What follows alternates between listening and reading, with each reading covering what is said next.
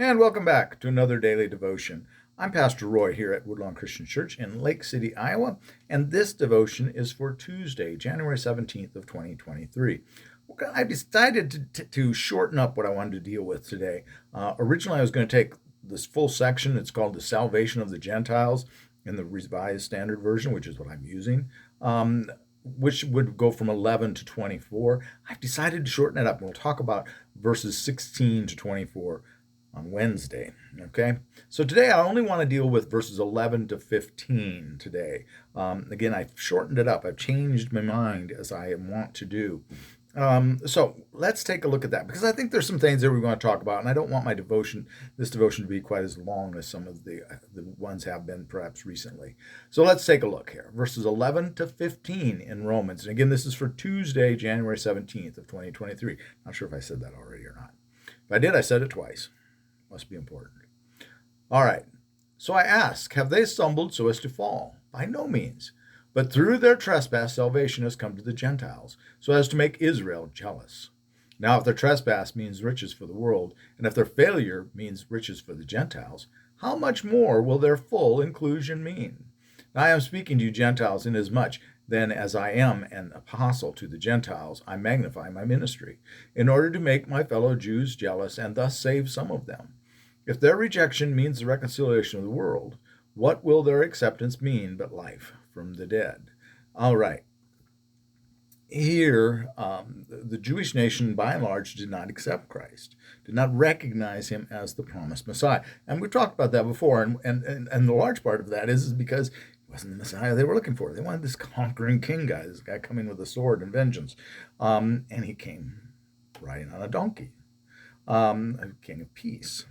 And so, did they stumble to fall? The Jewish nation, the fact that they missed out on it. No, well, he brings up this thing that we're going to talk about today and tomorrow and the next. We're going to go on into Thursday with this. I thought we would be done with it on Wednesday, but I changed my mind. About how God's didn't make, you harden their hearts, but the decision to step away, perhaps he's hardened that position, just like he did with Pharaoh's position about keeping the people from leaving the slaves. But the original decision, Pharaoh didn't want them to go because he wanted to keep his slave labor. So if he hardened that heart in order to convince more of the Jewish people to go with Moses, it's not good here in Egypt, let's all go.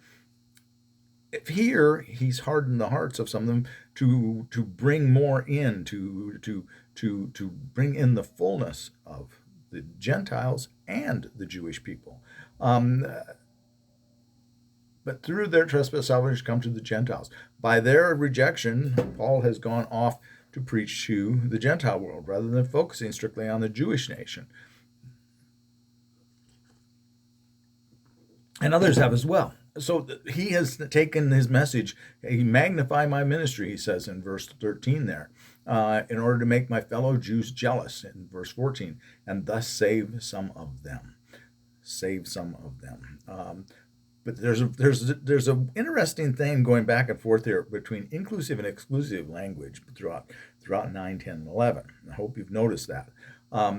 Because back in verse 12, how much more will their full inclusion mean? If all of the Jews were to come in, how great would that be? Well, that kind of ruins this whole idea of predetermination, doesn't it? Because if they could all come in, if they all would come in, well, that would kind of exclude the whole idea that only a certain select are taken. How much greater would it be if they just all come? Well, they can't all come. Well, obviously they must be able to, or he wouldn't be saying this. So the offer is out there for everyone to take it, whether they do or not. That's another point. But their rejection means reconciliation. If their rejection means reconciliation of the Gentile world, what will their acceptance mean but life from the dead? If all of them came, wouldn't that be wonderful? And we'll hold on to that thought because we're going to come back to that come Thursday. And talk more about that as we get into verse 25 is where we kind of, that's one of my favorite verses in Romans. I'm going to leave it there. As I said yesterday, cliffhanger. Kind of a lot of cliffhangers here. And I apologize, as I've said repeatedly through these chapters. I think 9, 10, 11 really should be taken as one big lump and not broken up as we are doing. But nobody'd listen to a 3-hour video. I wouldn't listen to a 3-hour video, because who has time for that? But little snippets each day, 5 minutes to 10 minutes. Hopefully that you have time for. With that, we're going to keep this one short. Have a blessed day, and please, please, please be a blessing to someone today. Tell them about Jesus. That would be a great way to bless them, all right? Take care.